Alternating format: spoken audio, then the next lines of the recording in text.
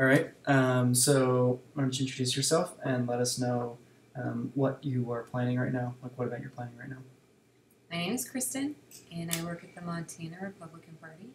And right now we are getting ready for our yearly convention. Okay.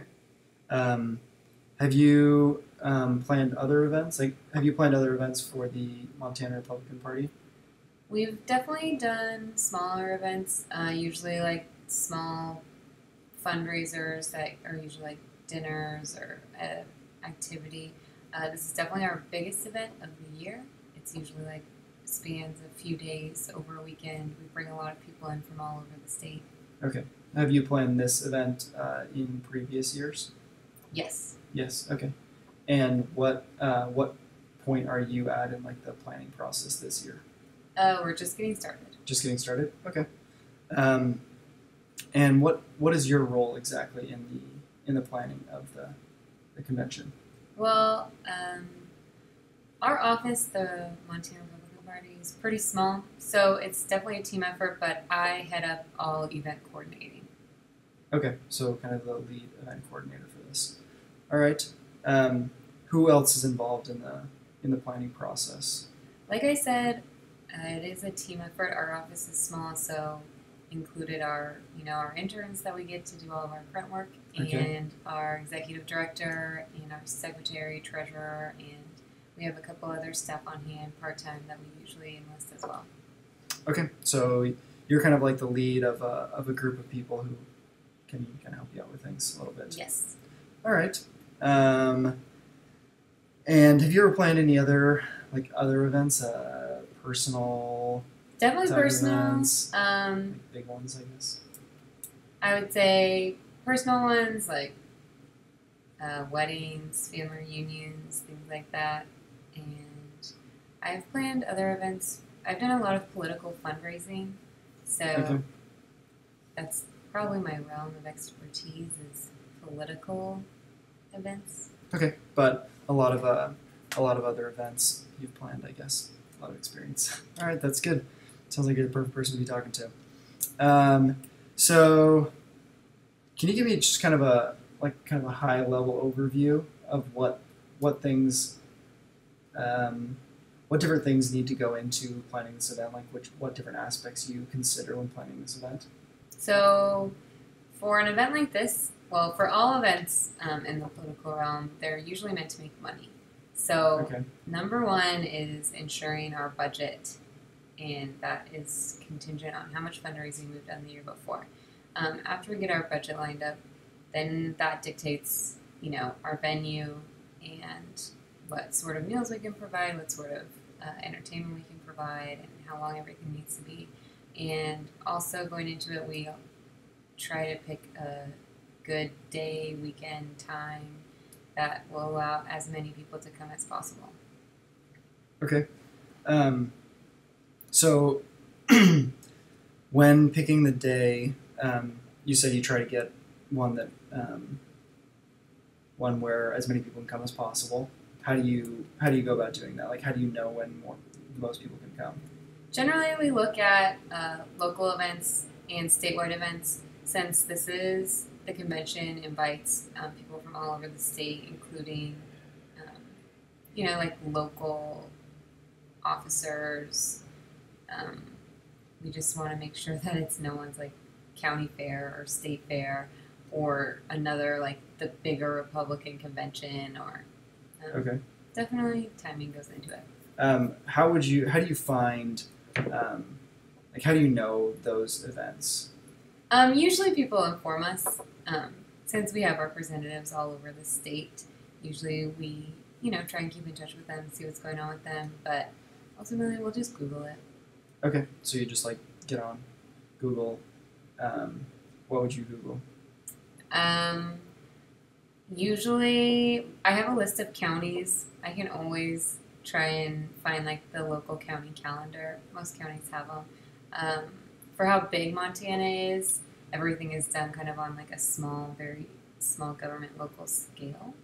Okay. So everyone kind of seems to know each other, so it's not that hard to find things. But so I haven't been able to like get in contact with someone that might know.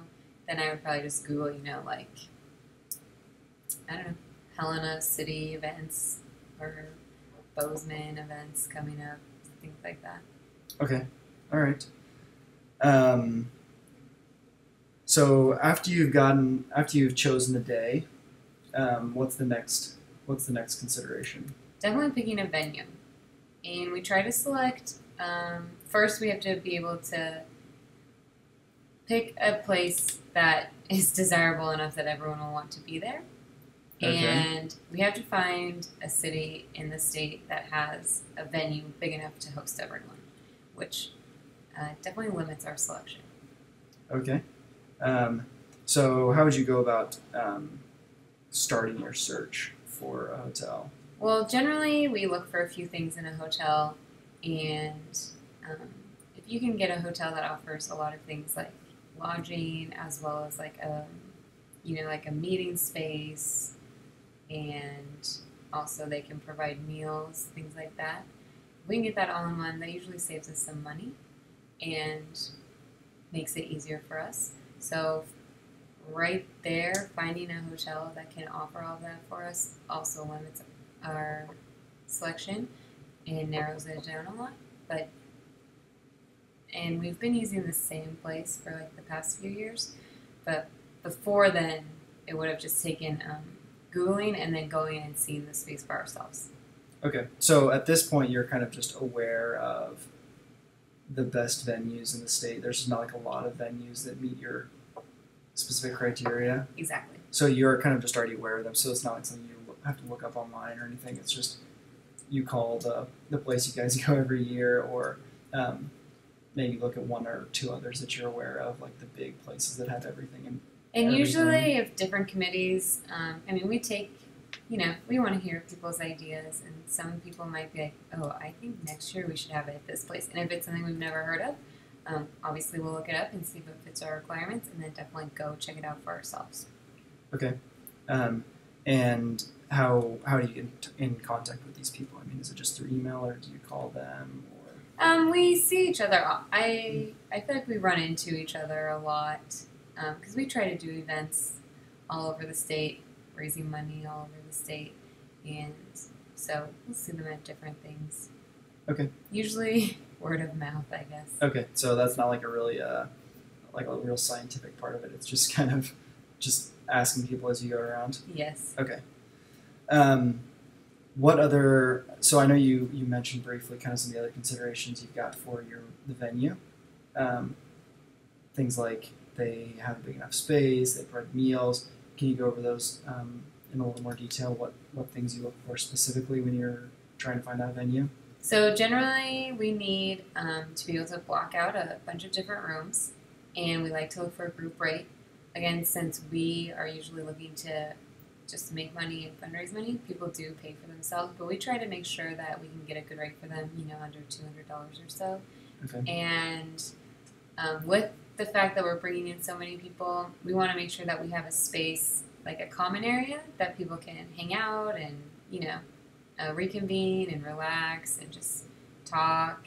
And then we also need a more formal space where we'll host our keynote speaker, and sometimes we'll have an auction and usually like a more formal dinner.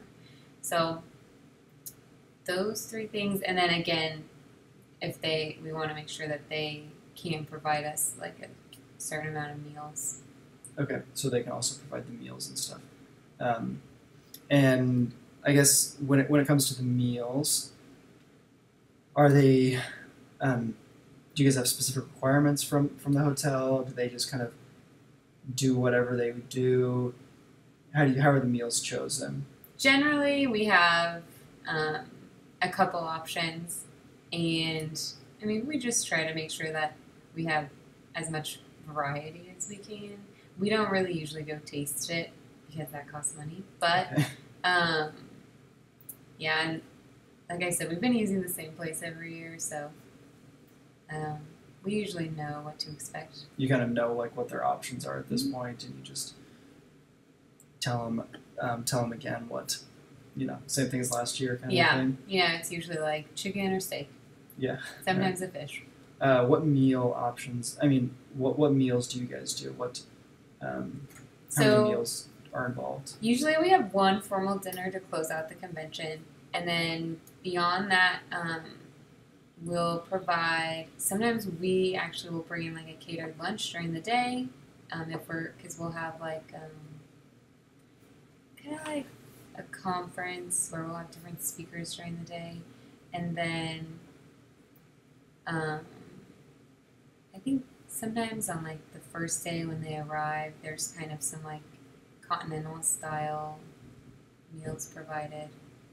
Like fruit, bagels, bottled water, things like that. Okay. Does the hotel take care of all of those meals? So there was one that was kind of a catered meal. Is that something where you find like a local caterer to bring stuff in? Yeah, so it definitely depends. We will, like for lunch, we'll do like a local catering and have someone bring that in, and then the hotel can usually provide the continental meals, and then we ourselves sometimes will just provide like more drinks, coolers of drinks, candies, snack foods for when people are just lounging around. Okay. So a couple of things from that. Who provides how do you get like all of those foods? I mean, do you go out and like buy all of the snacks like yourself? Yes. Do you have like an intern go buy those snacks? I mean, how's that handled? Usually we'll go out ourselves. I mean, or as a team, like maybe like me and an intern will hit up Costco and pick up, things in bulk. Okay. All right. And do you have just like a company credit card that you can put those things on? Yes. Yeah. Okay. And then you just have to. How do you handle like the receipts and stuff like that? Do you just, if it goes on a company credit card, it's good? No, we save all receipts.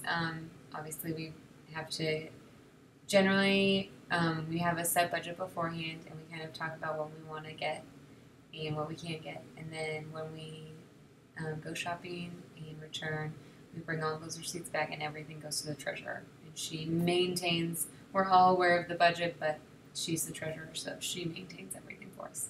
Okay. How about the catering, like the lunch catering? How would you find a caterer? We usually try to do something different every year. And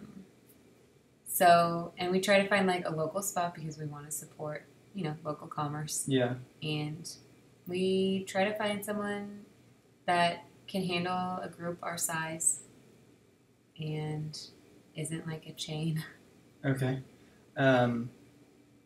Where would you begin with something like that? There's times when, we just, so we have our convention in Bozeman, and usually our office will kind of go to Bozeman beforehand to do some reconnaissance, make sure the venue's looking good still, make sure everything is getting set up right, and then we will often just, go to dinner one night or go to lunch a couple times during the day and kind of test places out. And sometimes someone, one of the interns will be like, oh, I've tried this place, and we can go and see. Okay, so that one's again just kind of word of mouth, just driving around seeing stuff, nothing too fancy. Nope. All right. So you've got the venue and you've got the meals planned, and you mentioned the budget a little bit. It's important to kind of stay on budget. You said because you're trying to make money. This is a fundraiser. You're trying to make Yes. money. So how do you keep track of the budget? How do you keep track of like how much you spend, how much things cost? So throughout the year, we're doing fundraisers, and we just have a set percentage of everything we make. A percentage of it goes to office fees and compensation, and fundraising events, things like that. And then once we determine our budget for the convention, usually I'll just start a spreadsheet and start adding expenses in. Okay. Can you show me like an example of something Yeah. like that? All right. So, show us what you're doing here for your budget. Yeah, so generally, I just start with a basic spreadsheet. You can see our total budget so far is $12,000. I was just guesstimating right now. Generally, I don't put anything in until we've actually solidified the cost. Okay. But if our venue is $2,000 and our meals are $1,500, then total use is $35,000, and then that's what's left. Okay. So you just open up this and put things in as you have them like locked down. Like once you have the hotel booked, you put it in here. Once you have the meals. I mean, there are things that like we don't actually pay for the hotel until we're done. We put down like a deposit, but the hotel gives us about an estimate of how much it's going to be, and so I'll put that in. Okay. But once you have things like actually solidified, you're putting them in here, like you've got the hotel booked, then that's going to go in here. Okay, perfect. All right, so once you've got the venue and the meals planned out, what's the next item on the list? So generally at convention, we plan sort of like a conference. So like I said, it spans about a weekend. Okay, and, so it's kind of like a multi-day event. Yeah, and usually one of the days we have like multiple speakers that people can kind of choose from and go to.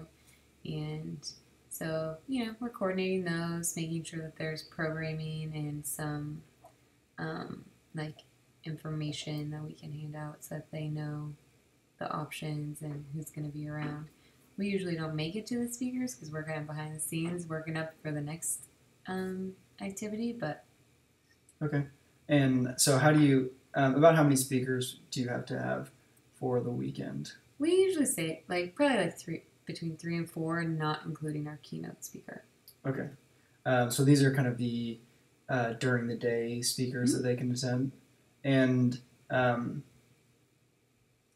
do you find these speakers? Like, how do you guys get in contact with these people or know who to call? Usually it's local officials, from communities all over the state, and usually talking about Republican things, or sometimes we'll have the head of the committee in a different area come and speak. So are these just are they just people you're aware of in the state because they work for the political party, the Republican Party, or whatever, or are they? Do you Google great speakers in the state or something? Generally, we know them. Okay. So it's people you know. It's people you guys are aware of. Yeah. Kind of high ups in the Republican Party. Okay. In the state party. Okay. And then you mentioned a keynote speaker as well. How's that found? The keynote speaker, usually the final evening of the convention, it's kind of like the big draw, and we usually try to get either the state congressman or the state senator to come in, and usually we just have to contact them, and usually they're willing to because we're their constituents. Okay, and I assume there's some money being raised for. Yes. Their causes and things like that. Obviously, this is a group effort sort of event.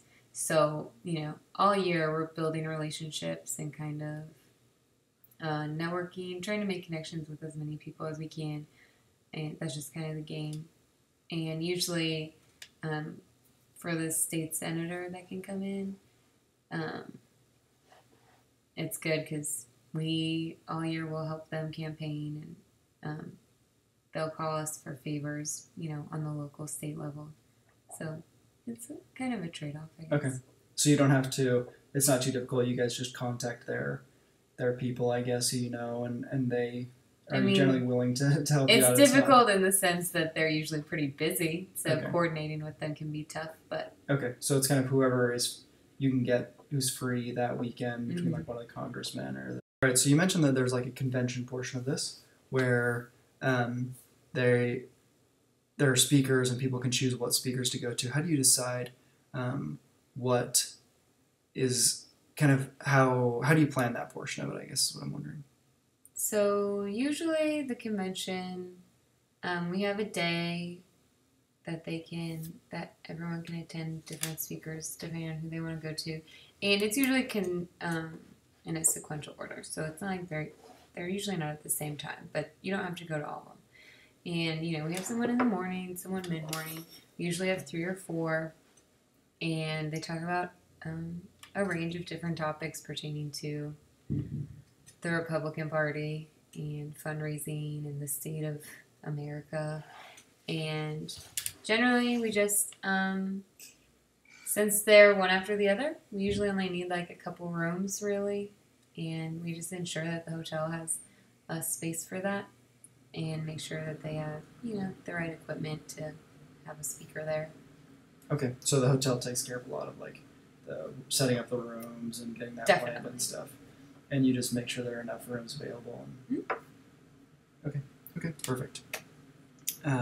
So once you've got kind of the conference, that portion of it set up, and you've got the dinner set up, but do you have to do something special for like, is there like a larger venue that holds everybody in the evening for the big dinner and the keynote speaker?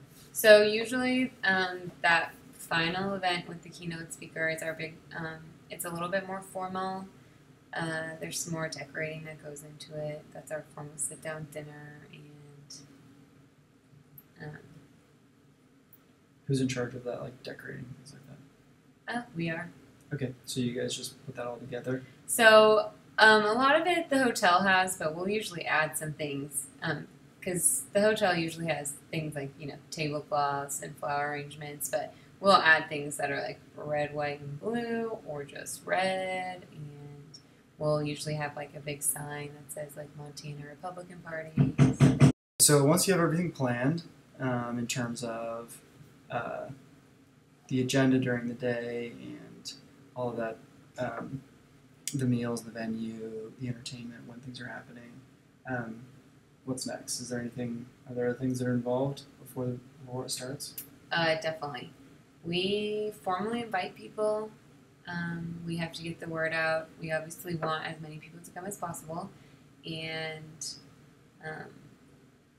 once we start kind of inviting people, we like to get everyone RSVP'd and confirmed because, we make a lot of name tags, guest passes, table settings, and we usually want everyone to pay before they come. And because essentially they're purchasing a ticket to come to the convention. So getting the word out, getting those lists in, and then the prep work for the event is making sure that everyone has their name tag and everything associated with that. And how do you get the word out? What's that process like? So generally we have, we continuously keep lists of mostly donors or people that have volunteered for us and, seem to take interest in all things Republican. And so we usually have a pretty big list of specific people. Obviously we invite like our main larger donors, but anyone can come as long as they want to purchase a ticket. But usually we just go back to our list. And then, like I said, each county has their own Republican committee, and they're kind of responsible for getting the word out in their own community. Okay. So you kind of have just like lists of people that you go through, and what do? You email them, you call people? So how do you get a hold of these people? Generally we'll send out like I say formal, but it's essentially like a flyer, but it has all the information about the convention and when it's coming up. And then usually when we're RSVPing, we go through email and telephone. Okay. Can you show me kind of like how, maybe how you go through this, like what your lists of people look like and kind of what information you have and how you kind of go through that process of getting all the people and stuff? Okay.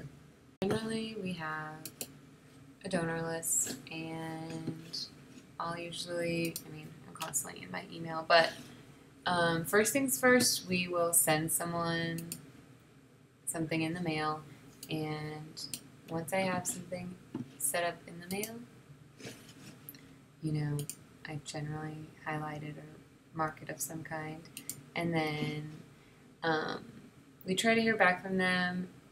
Most people RSVP, but if they don't and if we're really anxious for them to come, I'll contact them by email, and then once I contact them by email, I'll highlight something, and then I can contact them by phone as well. Usually we're only contacting them when they say they're coming but they haven't paid yet. And so are there email addresses also in your in like your email address list, or do you just pull them straight out of? I usually just pull them straight out of here because I just use because I do not want to keep all of these people in my email list. Okay. So it's understandable. Usually it's just copy and paste it. Okay, so just copy and paste into a new email, and then you just write him an email and kind of go through the same things where you are going to send them an email, highlight that. If they don't do that, move on to the same thing with the phone number, I guess. Yes. If they're really important, maybe. Yes. Or three types of contact. Okay, perfect. Okay, so you've gotten the word out, and you have everybody registered, and you were saying that you've got to make name tags and stuff for people and bring supplies and things like that. Where do you get the supplies to make the name tags? How do you do that? And what other supplies do you have to bring? So once we have people RSVP'd and paid, we are constantly going through and rechecking our attendance lists or our guest lists, and we're making sometimes it's like a badge, sometimes it's like a lanyard with their name in it, a name tag, and that's essentially their pass to get them all around the venue and into the event, and it just says they've paid or whatever. And then on those name tags, there will be small indicators like a sticker or a different color text or something that indicates kind of what level of donor they are. Oh, okay. And that is a big part of the process, making sure that we get everyone's name and everyone's tag right, correct, in there.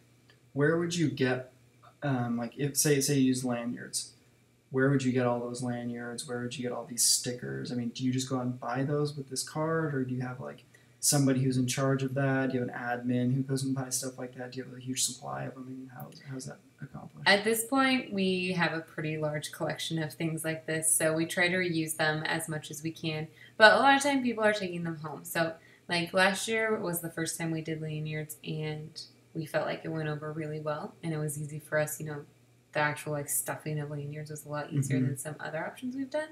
So, and we did have some left over, so then we did reorder some more.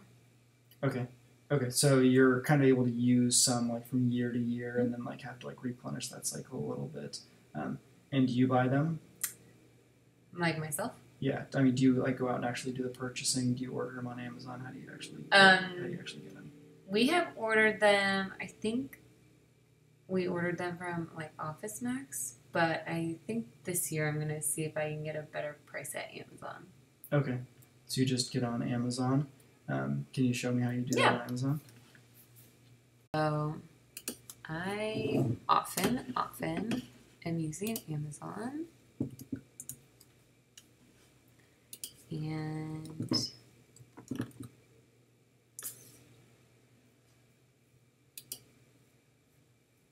so I'm looking for a lanyard that has kind of a tag with it.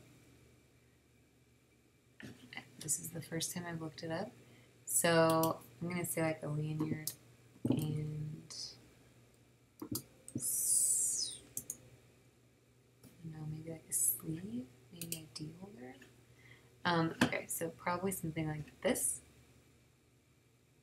Or this one looks hardcore. Probably something like this. Okay. And this one comes in a 50-piece set. Would you be ordering something in that quantity? Yes, definitely. Okay. All right, so just kind of get on here and look around at what the options are and kind of try to determine oh, I like this, or this seems like it would work well for us. Yeah.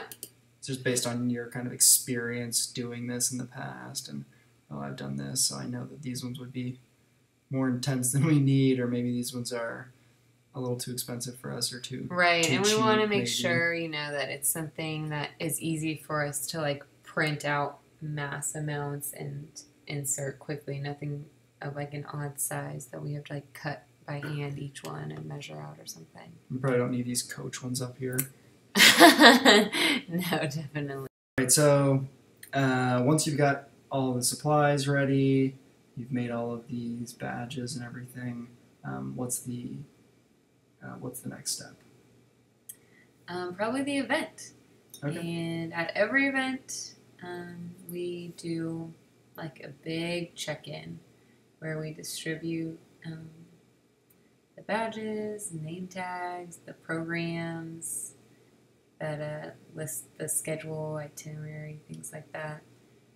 Make sure everyone's here and accounted for. So who all's involved in the check-in? Generally, it requires everyone in the office.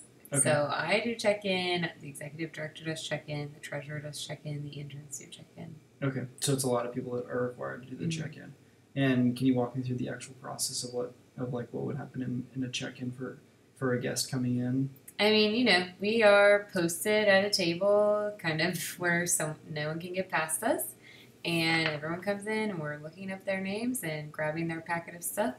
And of course, there's always going to be someone who has their name spelled wrong or who is missing. So we always try to have some blank supplies out ready. Okay. Or some extra supplies at least. Okay. So get everybody checked in, and when you're checking them in, you're giving them all the information they're going to need for the weekend, all their packets and all their everything, which you guys have printed out, stuffed envelopes, put into packets for them, put into folders, however we decide to do it that year. Okay, so that's kind of like a big thing you do right beforehand is just stuff all of those and do all of that, yes. and you've got all those ready for them for when they check in. Okay, and then walk me through like I know you've talked about this a little bit. Walk me through like the different days because you said there are like a couple of days. It spans a couple of days. Yeah, so I guess it's actually it's a weekend. So most people come on Friday afternoon or Friday evening, and that's kind of the check-in and like initial gathering. Usually after check-in, it's just kind of like mingling. We'll have like snacks and drinks for people. And then Saturday is usually the day for all of the speakers. And then Saturday night is actually our final night. And we'll have our evening keynote speaker formal dinner. And then Saturday morning, I guess there's like informal things going on. But, check in Friday night, check out Saturday, mid-morning, afternoon. Or Sunday, mid-morning, afternoon. And so after check-in, after you've gotten everyone checked in, what other responsibilities do you have? Like, what other responsibilities do you have to take care of? The whole weekend, we just have to be available. On check-in night, it's actually, once we get everyone checked in and everyone seems to be mingling happily, we also get to kind of relax a little bit, unless, we're doing prep work for the next day. Who sets out like all the snacks and everything for everybody and all the food for people? I guess we all do that. Everyone works on that? We as an office usually go, if check-in starts at 12 p.m. on Friday, we're there at like 8 a.m. Okay. Or the night before even. Okay. And so then the next day during the conference, when it comes to like setting up the rooms and when it comes to setting up the catered lunch, who's in charge of all of those things? Generally the hotel will set up rooms. They'll set up chairs, tables, any speaker sort of equipment, sound system equipment. And then usually if like the catered lunch, usually the people that bring it kind of have a system to set it up. We just kind of tell them where it's going to be, what space it's going to be in. And then, for the hotel meal, they obviously handle that themselves, the hotel. Okay, so that dinner is done by them. And when it comes to setting up for that formal dinner, I know you said you guys bring some of your own equipment with you, like some of your, I don't know. We just have like little decor, like balloons, things to make it seem more patriotic and as conservative as possible. Okay, and so do you put that stuff up yourself? Do you give it to the hotel to let them set it up? We let the hotel set up their portion, the tablecloths, chairs, tables, things like that, the decor that they have available. It's usually pretty basic. And then we will come in and add our stuff like candles or the signage or the balloons. Okay. So they kind of do just like the base setup and you guys come in and make it feel like your own a little bit afterwards. And we're usually doing that when everyone else is listening to speakers. Oh, okay. So everyone's just going around to the different speakers, and like you said, the hotel's got all the speaker stuff set up, and then kind of got those rooms set up for the speakers and stuff, and you guys set up for the evening activities at that point, and it's everybody in the office who's just pitching in for those things. Yes. Okay. So during the evening dinner, do you guys get a relax and eat dinner, or are you like helping with things at that point? Who's doing stuff then?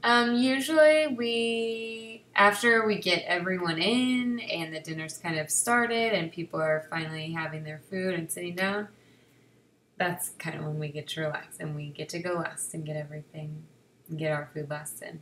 Yeah. Okay. So once everyone has dinner and stuff, you guys actually do sit down a little bit and eat. Okay. And I guess is there anything else that's left on the schedule after dinner?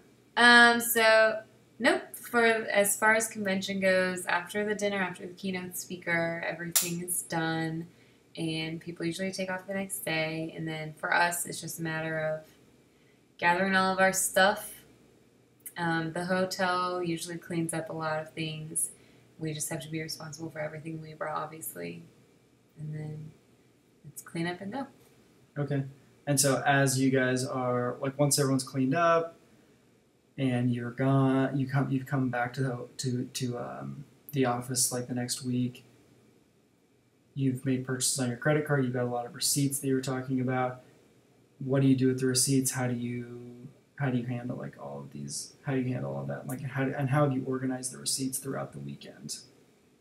So, I mean, I know that's a lot of questions to hit you with, but so throughout the weekend, any sort of receipts or transactions we have, we usually have like a designated folder and or lockbox, for cash, and usually we let the treasurer handle that. okay. Usually after the convention, we'll kind of have a meeting the next week to go over how everything went, what we can do, what went better than last year, what we can do better next year. Tentatively, if we raised any more money, how much we made, and if all of our budget was correct and our expenses are paid, things like that. Okay. So you just kind of turn all of those after that meeting. You just turn all of those receipts into the treasurer, and they handle all of those that stuff for you. So you don't have to mess with that stuff too much. Fortunately. Okay. All right. Is there anything else that you guys have to do after that, or is that kind of the end of things? Nope. That's usually the end of things until our next fundraiser, which is usually on a much smaller scale. Okay. Perfect. Thank you.